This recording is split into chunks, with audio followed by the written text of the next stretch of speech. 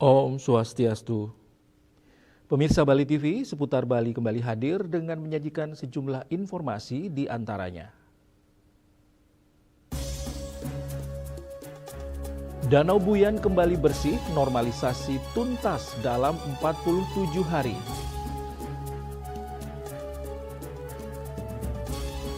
Pusat jangan hanya membangun, Bali harus dapat keuntungan dari PFII. Jangan lewatkan juga informasi menarik lainnya yang sudah disiapkan tim redaksi kami. Bersama saya Pradana Adiputra, inilah Seputar Bali selengkapnya.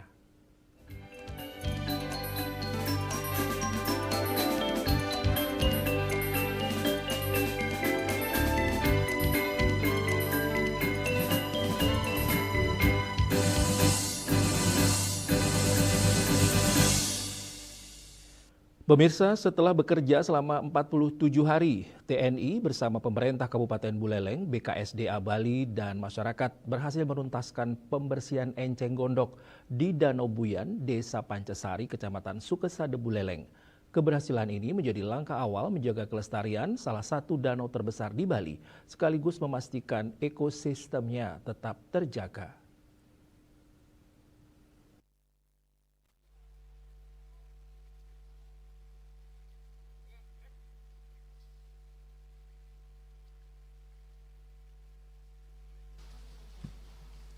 Hamparan Danau Buyan kini kembali terbuka setelah eceng gondok yang selama ini menutupi permukaan danau berhasil dibersihkan melalui kolaborasi TNI, pemerintah Kabupaten Buleleng, BKSDA Bali, dan masyarakat.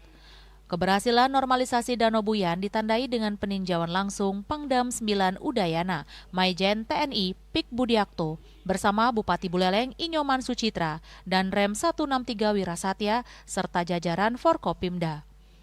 Pangdam 9 Udayana mengatakan keterlibatan TNI dalam pembersihan Danau Buyan merupakan bagian dari tugas membantu masyarakat mengatasi berbagai kesulitan di daerah. Menurutnya, pelestarian lingkungan harus menjadi tanggung jawab bersama karena menjadi penopang kehidupan masyarakat sekaligus sektor pariwisata Bali.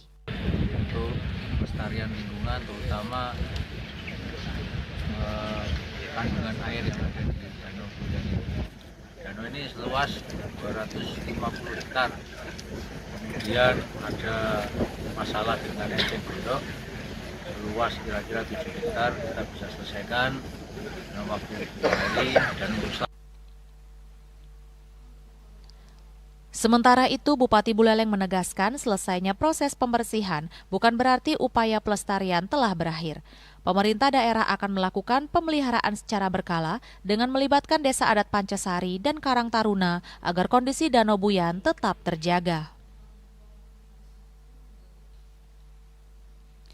Normalisasi Danau Buyan diharapkan tidak hanya memulihkan fungsi kawasan konservasi dan sumber air, tetapi juga menjadi contoh kolaborasi antara TNI, pemerintah, dan masyarakat dalam menjaga kelestarian lingkungan, serta mendukung keberlanjutan pariwisata Bali. Yasari Yuli, Bali TV. Yayasan Sri Kesari Warmadewa merayakan hari jadinya yang ke-42 di Auditorium Widya Sabha Universitas Warmadewa pada 30 Juli 2026. HUT bertemakan Strong Together, perkuat komitmen bangun SDM unggul.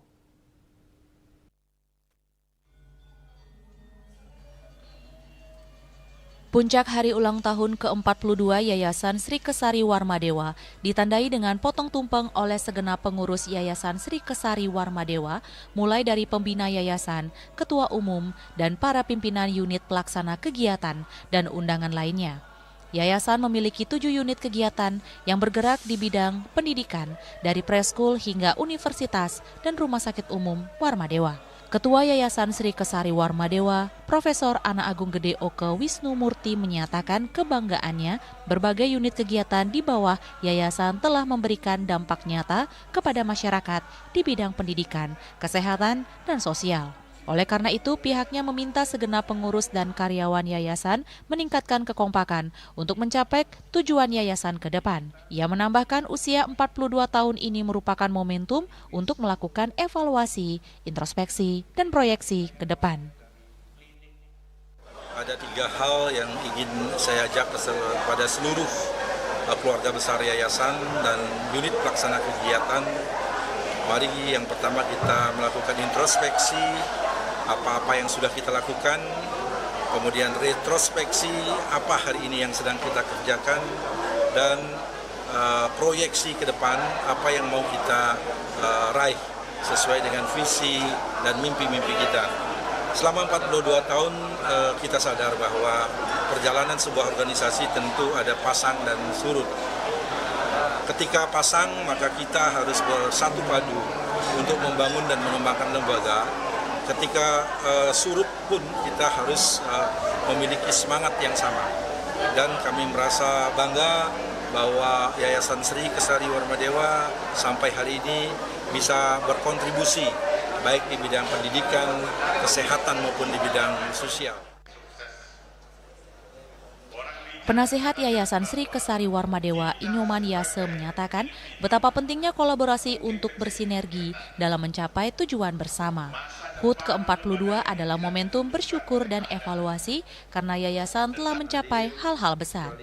Meski demikian, jangan terlena, ia berharap segenap komponen memperkuat persatuan dan kekompakan untuk menjadikan yayasan ini cahaya bagi masyarakat di bidang pendidikan, kesehatan, dan sosial. Kita bersyukur dan sekaligus bercermin dalam ulang tahun yang ke-42 ini. Kenapa bilang bersyukur? Karena kita ya merasakan keberhasilan yang telah kita capai dengan baik. Dan kenapa kita mengatakan bercermin? Karena ini sebagai bahan evaluasi untuk bisa menyempurnakan kegiatan-kegiatan kita di masa-masa yang akan datang di dalam rangka untuk mencapai tujuan yang telah ditetapkan oleh yayasan. Dalam kesempatan tersebut diserahkan penghargaan Satya Karya Nugraha bagi karyawan yang telah menunjukkan dedikasi selama 15, 20, dan 30 tahun dan pengundian door prize dengan berbagai hadiah menarik. Riase dan Kadek Putra, Bali TV. Pusat jangan hanya membangun, Bali harus dapat keuntungan dari PFII. Kami segera kembali dengan laporannya.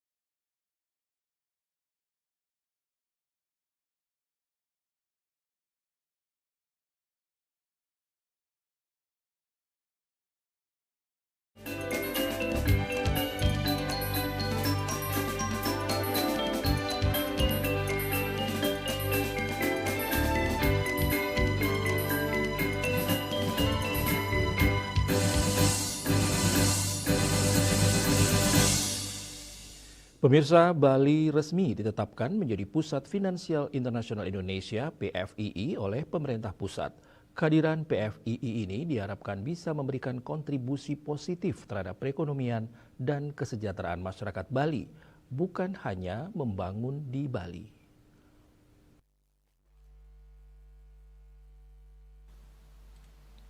Kehadiran Pusat Finansial Internasional Indonesia di Bali ini tentu akan membawa dampak positif maupun negatif. Menurut pengamat ekonomi Universitas Warmadewa, Putu Ngurah Suyatnayasa SEMSI yang ditemui tim liputan Bali TV pada Kamis 30 Juli 2026 mengatakan, PFII ini tentu akan berdampak positif meningkatkan perekonomian negara dan Bali pada khususnya. Untuk Bali tentu akan terjadi peningkatan kunjungan pariwisata dan meningkatnya kebutuhan akomodasi dan pendukung pariwisata lainnya, yang artinya PAD pemerintah daerah di Bali akan ikut meningkat. Untuk memanfaatkan peluang ini, pemangku kepentingan di Bali diharapkan bersatu padu agar mendapatkan kue PAD dari proyek prestisius ini. Jangan sampai pemerintah pusat hanya membangun di Bali, namun Bali hanya menerima dampak negatifnya.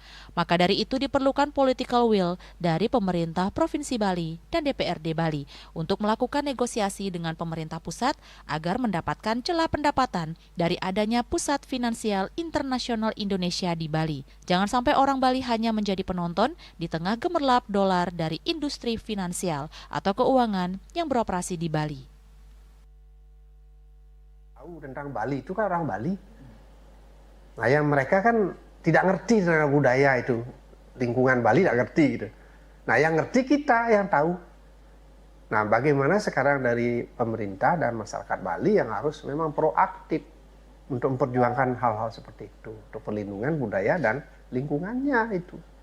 Jadi kalau kita hanya menunggu mereka tidak ngerti kok gitu. Paling kepentingannya bisnis misalnya. Orang bisnis kepentingannya kan nyari untung. Nggak mau tahu orang lain menderita atau gimana karena bisnisnya ada di Bali, orangnya tinggal di Jakarta atau di Dubai. Ini orang asing semua. Gitu. Ya makanya itu. Nah yang peduli itu siapa? Kan kita. Makanya bagaimana hub finansial ini nanti betul-betul bermanfaat bagi orang Bali, itu yang paling penting.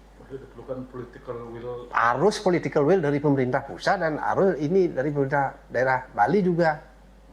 Harus kuat itu, dikawal terus. Jadi tidak bisa main-main seperti saya katakan tadi, itu risikonya cukup tinggi juga. Terutama apa? Risiko itu tadi kerusakan budaya dan lingkungan dan marginalisasi orang Bali.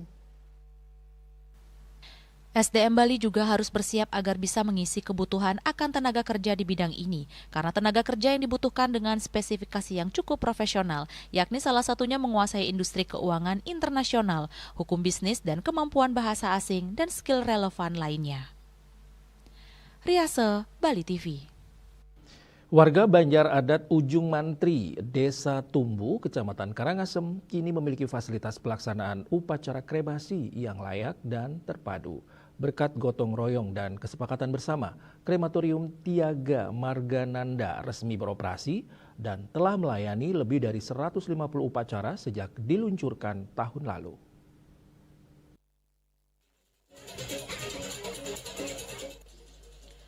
Berdirinya krematorium ini bermula dari gagasan ide Pandita Empu Jaya Acaryananda dari Griya Mumbul Sari, Serongge, Gianyar, yang kemudian disepakati bersama Inyoman Pasekyase selaku penggagas dan ketua badan pengelola. Setelah melalui diskusi dan perencanaan matang, saat melakukan kunjungan studi ke Kalimantan Timur, lokasi akhirnya ditetapkan di tanah milik warga Banjar Adat Ujung Mantri. Melalui musyawarah mufakat, masyarakat setuju mempersiapkan lahan. Pembangunan dimulai Mei 2024 dan hanya dalam waktu 1 tahun seluruh proses pembangunan selesai dilaksanakan pada Agustus 2025. Krematorium ini resmi beroperasi penuh per 27 September 2025 dan menjadi satu-satunya fasilitas sejenis yang menjadi rujukan seluruh wilayah Karangasem saat ini. Dibangun di atas lahan seluas 90 are atau 900 meter persegi, terbagi menjadi area upacara ngaben seluas 25 are milik Banjar dan area khusus upacara ngeroras seluas 65 are. Pengelola menjamin seluruh tata cara dan sarana upakara yang digunakan tetap asli sesuai tradisi masyarakat Karangasem tanpa mengubah makna dan tata krama adat yang berlaku. Sebagai bentuk tanggung jawab dan penghargaan atas dukungan warga, telah disepakati perjanjian notaris bahwa mulai September 2026, seluruh anggota Banjar Adat Ujung Mantri yang meninggal dunia akan mendapatkan pelayanan kremasi secara cuma-cuma. Pengelola juga menyediakan pelayanan upacara secara lengkap, mulai dari persiapan, prosesi ngaben, nganyut, ngelanus, ngeroras, hingga ngelinggihan sampai tuntas. Satunya kremasi yang ada di Kabupaten Karangasem adalah ini semuanya mengarah ke kita. Padahal seperti halnya pada hari ini ada juga pemilet, ada juga peserta, tetapi karena sekarang kita melebon atau pelebon ide Pandita Empu Acaryananda yang dari Geria Sidem Bunut Bangli, sehingga kami steril dan kami pindahkan ke tanggal 2, tanggal 4, tanggal 5. Nah, itulah antusias daripada masyarakat untuk berkremasi karena kami tetap menggunakan Banten ala Karangasem.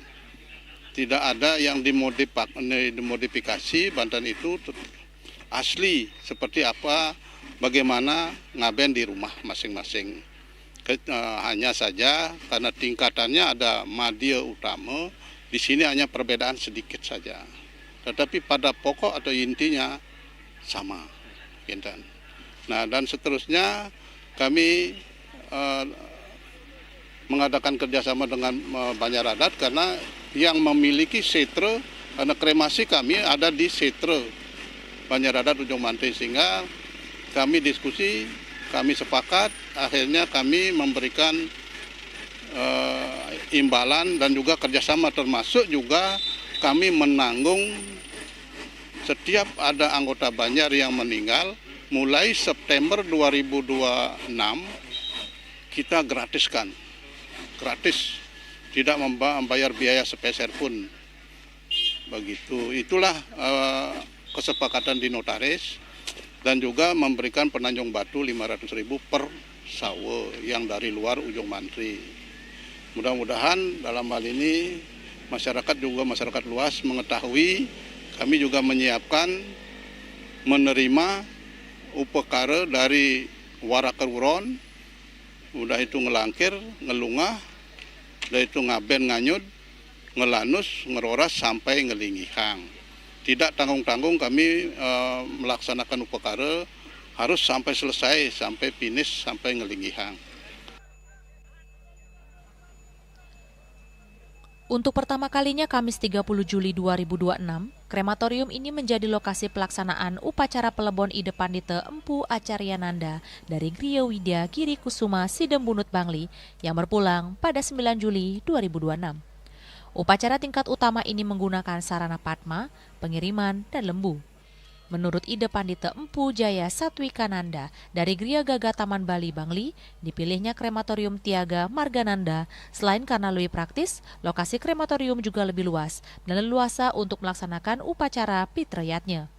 Selain itu, jarak lokasi pengesengan yang berdekatan dengan pantai akan memudahkan untuk melakukan prosesi nganyut. Nana ide Pandita Empu Acaryananda, ya.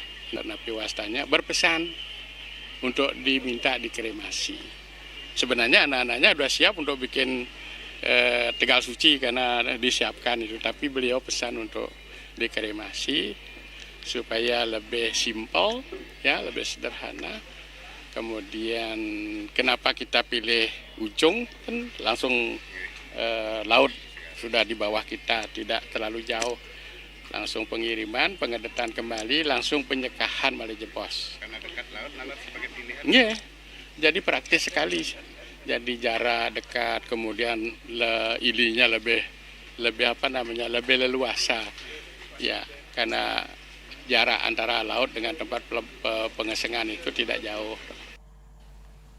Hingga saat ini, krematorium Tiaga Margananda telah mencatat lebih dari 150 jenazah yang dilayani.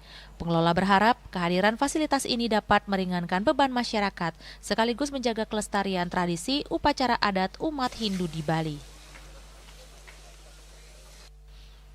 Dari Karangasem, Ari Wiratmaja dan Angkat Wirawan, Bali TV.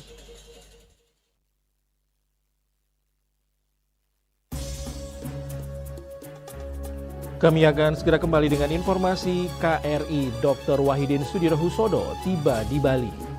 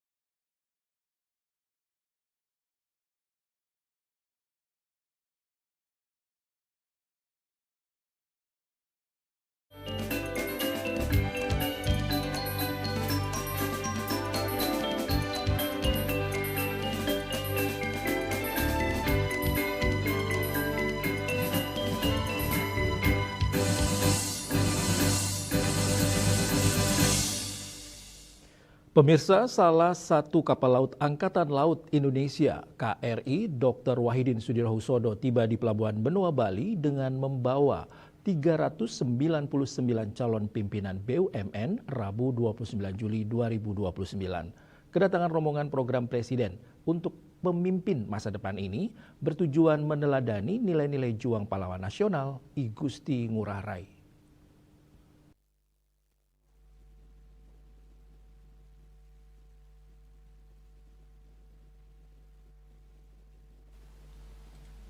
Program Widya Bakti yang digagas langsung oleh Presiden Republik Indonesia ini dirancang untuk membekali calon pemimpin BUMN dengan best mind dan best heart, menggabungkan keluhuran moral sekaligus kecerdasan berpikir dengan mengunjungi situs bersejarah Puputan Margarana. Para calon pemimpin diharapkan dapat menerapkan 3 prinsip utama, yaitu tidak menyerah dengan keadaan, tidak berkompromi dengan penyimpangan, dan tidak meninggalkan tanggung jawab saat organisasi maupun bangsa sedang diuji.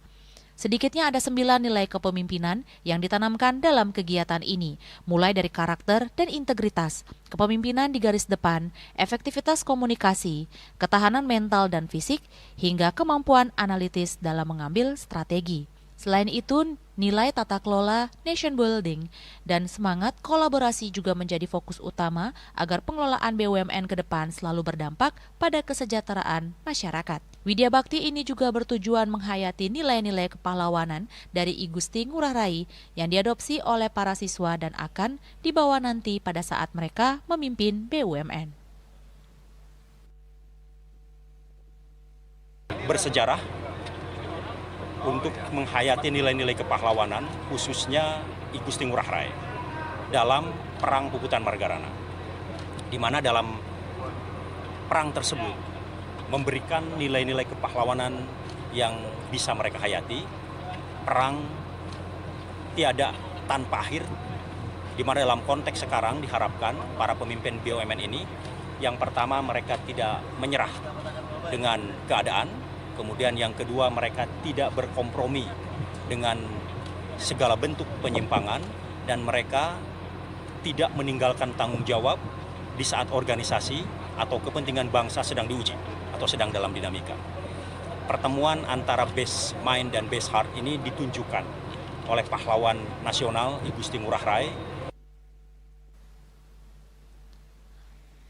Anton Palaguna menambahkan, harmoni antara apa yang dipikirkan, diucapkan, maupun dilakukan sehingga dapat mengelola BUMN dengan transparan dan akuntabel. Rangkaian kegiatan Widya Bakti di Bali ini akan berlangsung efektif selama 3 hari. Selain mengunjungi Taman Pujaan Bangsa Margarana, para peserta juga dijadwalkan mengikuti deck reception di atas kapal sebelum kembali untuk menjalankan amanah kepemimpinan di BUMN. Raiswantara, Bali TV. Pemerintah Provinsi Bali terus memperkuat kualitas calon pekerja migran Indonesia (CPMI) yang akan bekerja di kapal pesiar melalui penguatan kompetensi dan mentalitas. Upaya tersebut dilakukan agar para calon pekerja tidak hanya memiliki kemampuan teknis, tetapi juga kesiapan menghadapi tantangan bekerja di lingkungan internasional.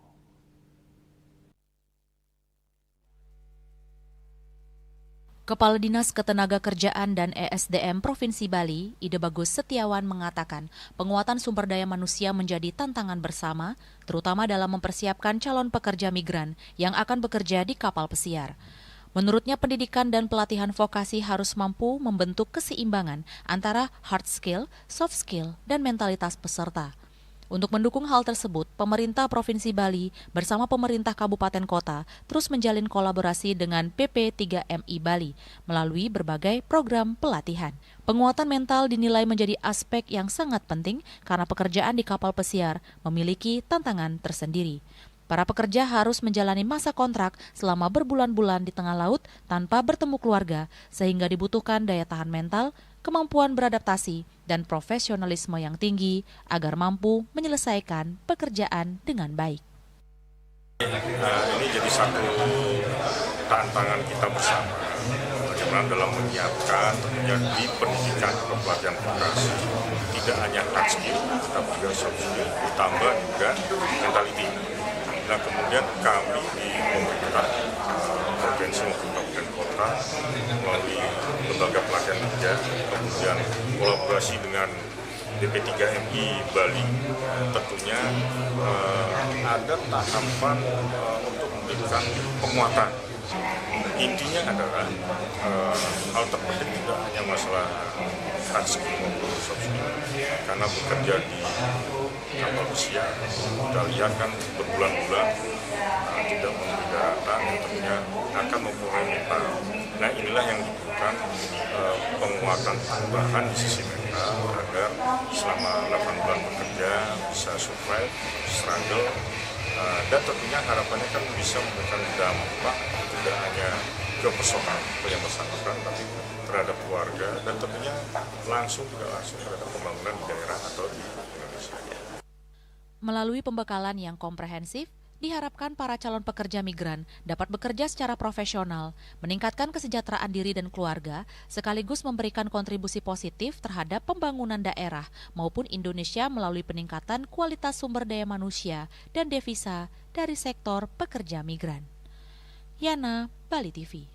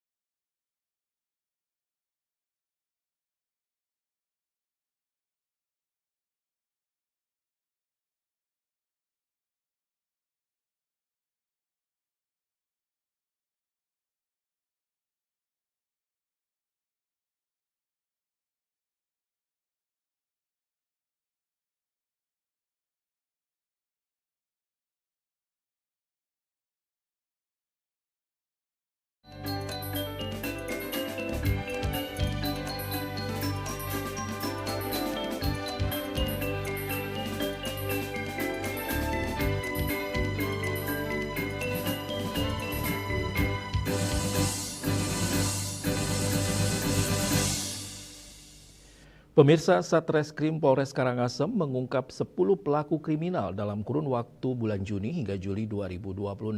Beberapa di antaranya adalah kasus pencurian, perjudian Piala Dunia hingga pencuri ayam aduan.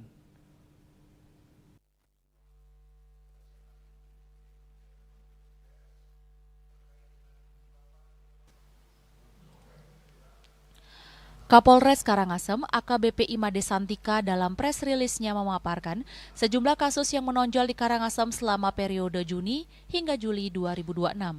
Kasus pertama yang diungkap adalah perjudian dengan bursa taruhan saat pagelaran Piala Dunia 2026.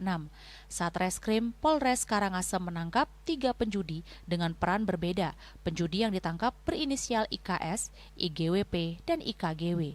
Tersangka diamankan di 3 lokasi berbeda. Kasus tersebut bermula dari banyaknya peredaran kasus perjudian selama Piala Dunia. Satreskrim Polres Karangasem kemudian melakukan penyelidikan untuk memastikan indikasi perjudian.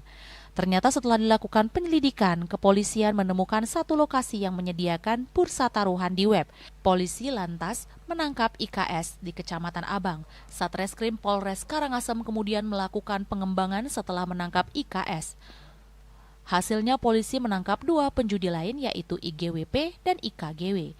Saat ini tersangkanya sudah kami amankan dan akan dikenakan pasal 426 KUHP dengan ancaman hukuman 9 tahun penjara. Modus pelaku adalah menyediakan dan mengirimkan bursa taruhan pertandingan sepak bola Piala Dunia dan menerima taruhan dari para pemain judi. Kasus kedua yakni pencurian modul tower.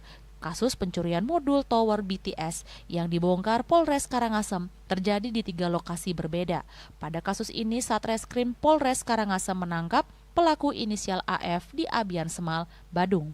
Hasil interogasi polisi, pelaku ternyata sebelumnya telah melakukan kejahatan serupa di luar Bali. Pelaku dengan mudah menggasak modul tower BTS tersebut karena ia merupakan mantan pekerja maintenance tower. Walhasil, AF tahu cara membuka modul tersebut, kerugian yang dialami oleh korban mencapai 75 juta rupiah lebih. Modul tower tersebut sudah dipesan oleh seorang di Jakarta, namun AF keburu berhasil diamankan. Saat ini pihaknya sedang melakukan pengembangan untuk mengungkap orang tersebut, selanjutnya pencurian ayam aduan. Kasus ini sangat meresahkan masyarakat di Desa Bebandem, Karangasem.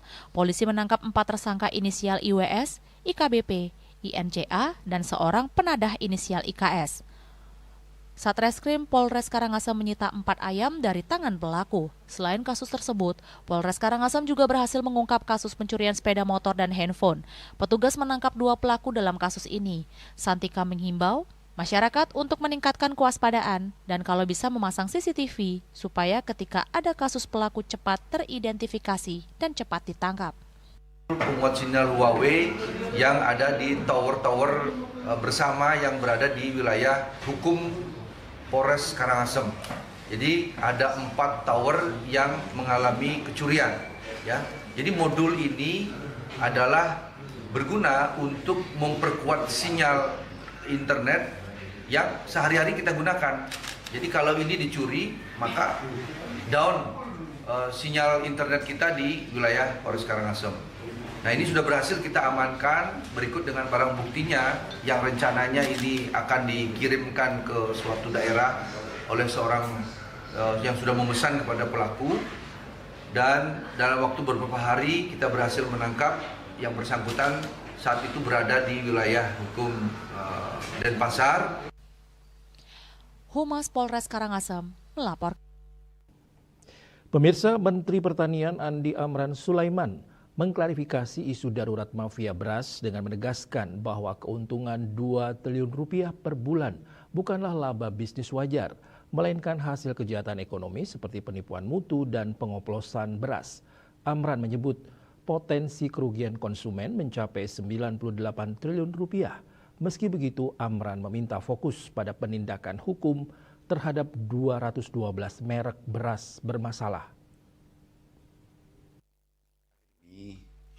Kita kelihatan baru-baru ini. Menteri Pertanian Andi Amran Sulaiman mengungkap dugaan praktik mafia beras yang membuat satu grup perusahaan penggilingan beras meraup keuntungan hingga 2 triliun per bulan. Praktik tersebut dinilai merugikan masyarakat karena menjual beras premium yang tidak memenuhi standar mutu. Dalam keterangannya di kantor Kementerian pada Kamis 30 Juli, Amran mengatakan temuan tersebut merupakan hasil analisis mendalam terhadap tata niaga beras nasional yang dirangkum dalam kajian bertajuk Darurat Mafia Beras. Lebih lanjut, Amran menjelaskan keuntungan yang diperoleh dari praktik tersebut tidak dapat dikategorikan sebagai keuntungan bisnis yang wajar, melainkan hasil kejahatan ekonomi berupa penipuan mutu dan pengoplosan beras. Akibat peredaran beras premium tidak sesuai standar mutu, potensi kerugian konsumen mencapai 98 triliun, ditambah 71,9 triliun per tahun dari beras fortifikasi. Sebagai tindak lanjut dari adanya temuan kegiatan ilegal atau mafia beras, Kementerian Pertanian telah menyerahkan data 212 merek beras yang tidak memenuhi ketentuan mutu kepada Kapolri, Jaksa Agung, dan Satgas Pangan untuk diproses secara hukum. Hasil pengujian mutu beras premium, ini orangnya, kita laporkan, 212 merek, saya yang tanda tangan, laporkan ke Satgas Pangan, ke Kapolri, langsung ke Barreskrim. Ini. Nah, kemudian standar premium yang kita ditetapkan oleh pemerintah, kadar air maksimal 4 ini, maksimal 14%. Ini hampir sesuai. Oke. Kemudian beras pecahan itu maksimal 14,5%. Paham? Yang terjadi adalah WS 59,2, ini 4543. Ini yang terjadi beras bukan medium, dibawanya medium tapi dijual premium. Clear? Pertanyaan saya ke teman-teman wartawan. Apa namanya itu? Saya contohkan nih. Dia menjual emas, mengatakan 24 karat, padahal 18 karat. Itu namanya apa? Penipuan ya? You juga sepakat mengatakan penipuan. Jadi sampaikan, wartawan yang sampaikan bahwa ini penipuan. Nih, saya juga sepakat. Penipuan ini harusnya 8.000 harganya, standar ya. Tetapi dijual 17.000. Ini pembuktiannya. Nanti kita lihat ke ujung. Nah, total kerugian 98 triliun, kita hitung detail, itu 99, kurang lebih 100 triliun. Di dalamnya 2 triliun satu perusahaan korporasi, itu ada di dalamnya. 2 triliun per bulan, berarti 22 triliun. Itu kemarin 2,08 triliun. Per satu perusahaan itu. Tentu tidak semuanya sama, tapi ada satu perusahaan seperti itu. Tapi jangan fokus pada hitungannya, fokus pada kejahatannya. Paham tidak maksudku? Jangan fokus pada angka, tapi fokus pada kejahatannya. Oke? Kementerian Pertanian memperkirakan sekitar 39,75% atau setara 12,2 juta ton dari total beras premium yang beredar merupakan produk yang melanggar standar atau mengandung unsur penipuan terhadap konsumen. Sepanjang periode 2024 hingga 2025, Satgas Pangan menangani sebanyak 93 kasus dengan total 77 tersangka. Rinciannya meliputi 46 kasus beras, 27 kasus pupuk, 16 kasus minyak goreng, dan 4 kasus yang melibatkan pegawai internal. Selain itu, sebanyak 2.231 izin pengecer dan distributor pupuk telah dicabut. Khusus kasus pidana beras sepanjang 2025 tercatat 30 perkara dengan 36 tersangka, sementara pada tahun 2026 terdapat 2 perkara dengan 6 tersangka.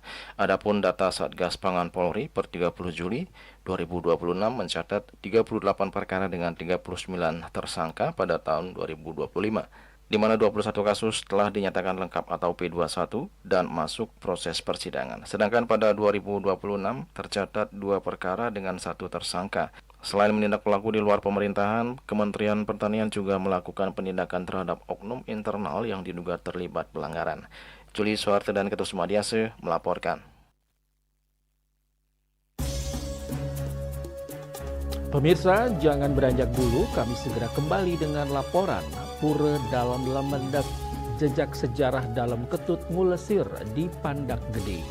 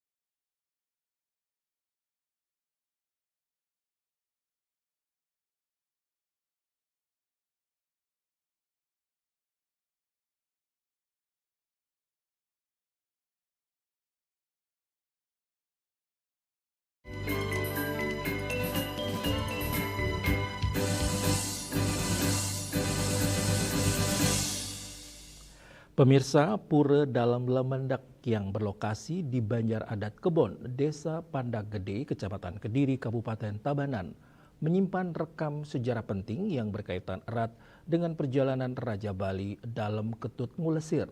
Pura ini bukan sekadar tempat persembahyangan biasa, melainkan monumen hidup dari rasa bakti para pengiring atau parekan terhadap penguasa yang dicintainya.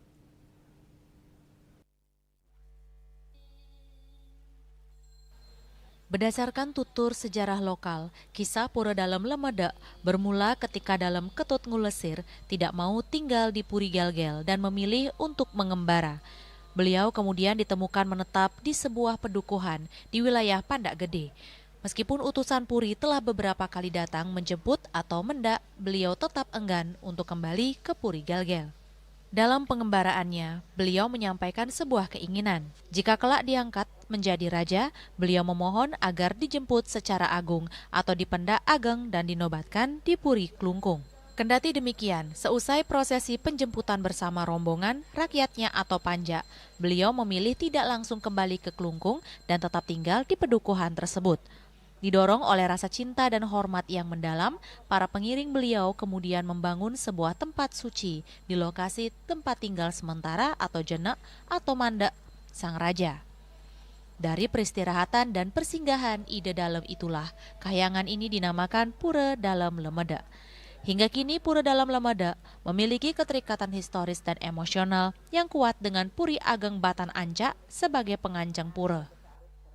Harapan mungkin damuh-damuh itu riki pengempuan riki ke depan peniki masih makah kinten dan disentuh bantuan guru wisesa kinten nggih lantur ditiang atur harapan ke depan niki damuh-damuh itu niki makah kari wangunan sane tertunggak kinten dalar ditiang wohen malih gede ini pemargi wangunan niki iko sami sifat da gotong royong sebab niko dalar ling dana punio niko sane ngadepin ring sajining so pucaro seperti itu. Selain nilai sejarahnya yang kental, Pura dalam Lemedak juga memiliki keunikan spiritual tersendiri. Di area pura terdapat sebuah fenomena misterius yang dikenal warga sebagai beji maya atau danau gaib. Kehadiran air di Beji Maya ini tidak selalu ada secara fisik, melainkan hanya sewaktu-waktu tampak dan dapat dilihat oleh pemeda atau umat yang tangkil, yang beruntung atau memiliki keheningan batin tertentu. Pada hari Anggara Kasih Tambir, Selasa 11 Agustus 2026 mendatang, Pura dalam Lemeda akan menyelenggarakan Puja Wali yang dirangkaikan dengan karya Ngentek Linggih, Mapadudusan Alit, Mendem Pedagingan, dan Caru Pancarupa. Rangkaian upacara ini dilaksanakan sebagai bentuk penyucian kawasan suci sekaligus permohonan keselamatan dan kerahayuan bagi seluruh umat. Hingga kini pura tersebut terus dijaga dan dilestarikan sebagai tempat suci sekaligus pengingat perjalanan sejarah dalam Kutut Ngulesir yang memiliki arti penting dalam perjalanan kerajaan Bali. Hendra dan Edi, Bali TV. Kementerian Perumahan dan Kawasan Permukiman terus memperkuat sinergi dengan pemerintah daerah dalam mempercepat penyediaan hunian layak bagi masyarakat berpenghasilan rendah. Komitmen tersebut ditegaskan melalui pertemuan Menteri PKP dengan Bupati Brebes Paramita Widya Kusuma di kantor Kementerian PKP. Menteri PKP Marwarar Sirait menjelaskan khusus Kabupaten Brebes menjadi salah satu yang mendapatkan perhatian khusus karena masih memiliki tingkat kemiskinan dan jumlah rumah tidak layak huni yang cukup tinggi berdasarkan data BPS. Oleh karena itu, penyaluran berbagai program perumahan harus dilaksanakan secara tepat sasaran, transparan, dan berbasis data. Menteri PKP Marwarar Sirait menegaskan bahwa seluruh bantuan pemerintah harus diberikan berdasarkan data yang valid serta dilaksanakan secara terbuka agar benar-benar diterima oleh masyarakat yang berhak. Selain itu, Menteri PKP juga menyetujui usulan peningkatan kuota rumah subsidi di Provinsi Jawa Tengah dari 25.000 unit 50.000 unit. Kebijakan tersebut diharapkan mampu memperluas akses masyarakat terhadap rumah layak huni sekaligus mengurangi backlog perumahan di Kabupaten Brebes yang saat ini tercatat mencapai 109.559 unit. Jadi sudah ada berapa rumah? 780. Dua juga perumahan dimaksimalkan. Ya dengan Jawa Tengah juga bagus ya Pak ya. Dimaksimalkan juga perumahan. Yang perumahan itu di bawah 100 juta tidak perlu apartemen beda. Dan bunganya hanya 0,5% subsidi. Jadi kali ini konteksnya adalah berdampak. Itu ya.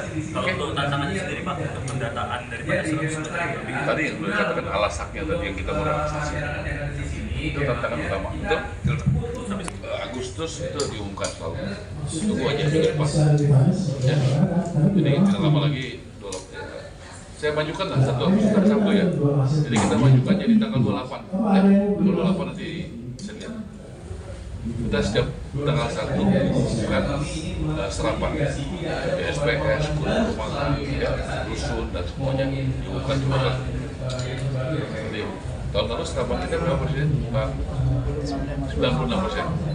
Ya, termasuk tertinggi ya. Tahun ini target kita 97%. Ya. Ada Bu, apa di sana ada program sama Bu? Bupati Brebes Paramita Widya Kusuma menyampaikan apresiasi atas dukungan Kementerian PKP terhadap percepatan pembangunan perumahan di wilayahnya. Pemerintah Kabupaten Brebes berkomitmen untuk mempercepat pelaksanaan program serta memastikan seluruh proses berjalan secara akuntabel dan transparan. Dari Jakarta, Julius Wata dan Ketut Sumadiasa melaporkan.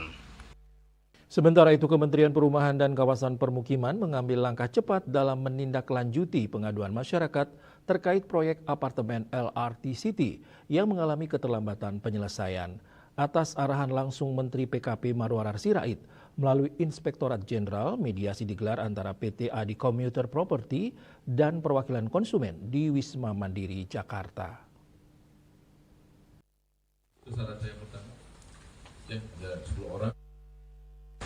Mediasi tersebut merupakan tindak lanjut atas 17 laporan resmi yang diterima melalui kanal pengaduan benar PKP.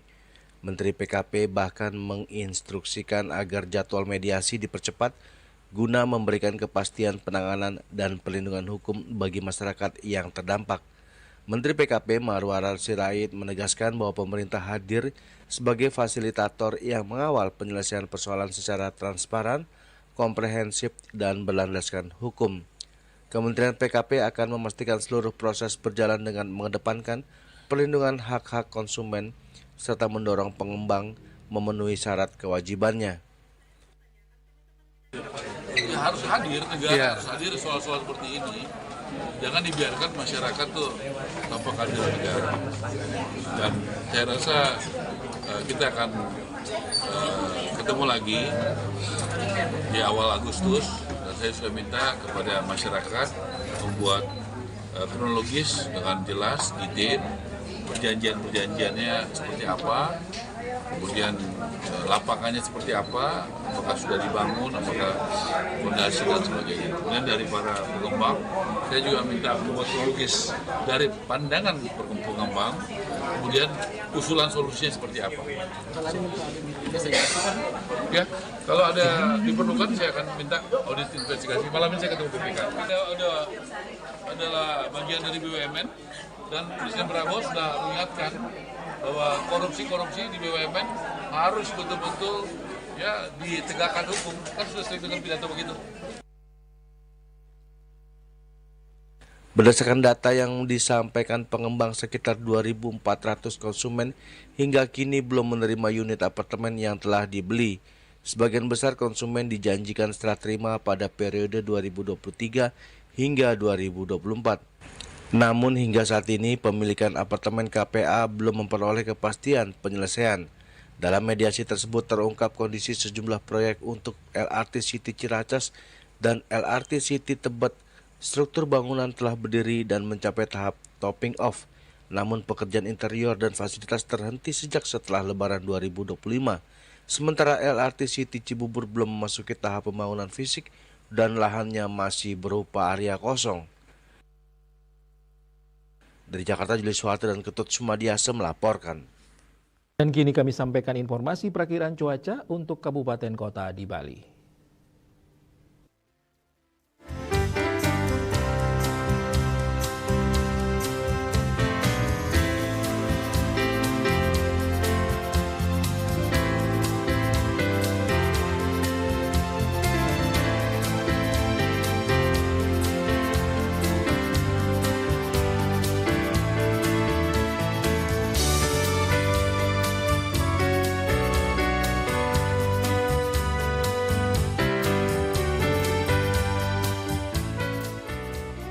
Pemirsa, seputar Bali bersama Minyak Apun Ganapati, Usada Bali, keluarga sehat. Update terus informasi Anda dengan subscribe dan like YouTube channel Bali TV @newsbalitv. Mewakili redaksi yang bertugas, saya Pradana Adi Putra pamit undur. Terima kasih atas perhatian Anda. Sampai jumpa. Om Santi, Santi, Santi, Om.